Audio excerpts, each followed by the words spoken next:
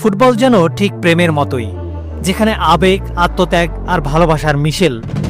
আর আজ সেই ভালোবাসা আবার মাঠে নামছে লাল সবুজের পতাকা হাতে। আজ সন্ধ্যা 7টায় এএফসি এশিয়ান কাপ বাছাই পর্বে সিঙ্গাপুরের মুখোমুখি হচ্ছে বাংলাদেশ। কিন্তু এবার যেন সবকিছুই একটু আলাদা, কারণ এবার মাঠে আছেন এমন একজন যিনি বদলে দিতে পারেন আমাদের ফুটবলের গল্প, হামজা চৌধুরী।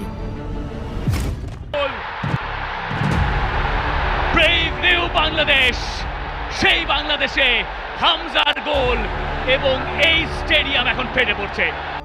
ইংলিশ প্রিমিয়ার লিগের অভিজ্ঞ এই মিডফিল্ডার যখন বল পায়ে নেন, তখন যেন বাংলাদেশের প্রত্যাশাও দৌড়ায় একসঙ্গে। প্রথম ম্যাচেই তার দাপুটে উপস্থিতি বুঝিয়ে দিয়েছে এই ছেলেকে নিয়ে স্বপ্ন দেখাই যায়। সিঙ্গাপুর এশিয়ার ফুটবল মানচিত্রে পরিচিত নাম, শক্তিশালী, অভিজ্ঞ এবং কৌশলী। কিন্তু বাংলাদেশ দলও এখন আর আগের জায়গায় নেই।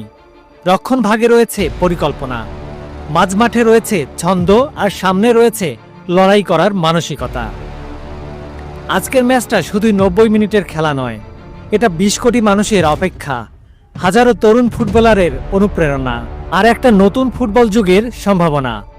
In the absence of Vinny Souza, who is still being troubled by a hamstring injury. I understand Souza was close to starting tonight, but Chris Wilder deciding not to risk it.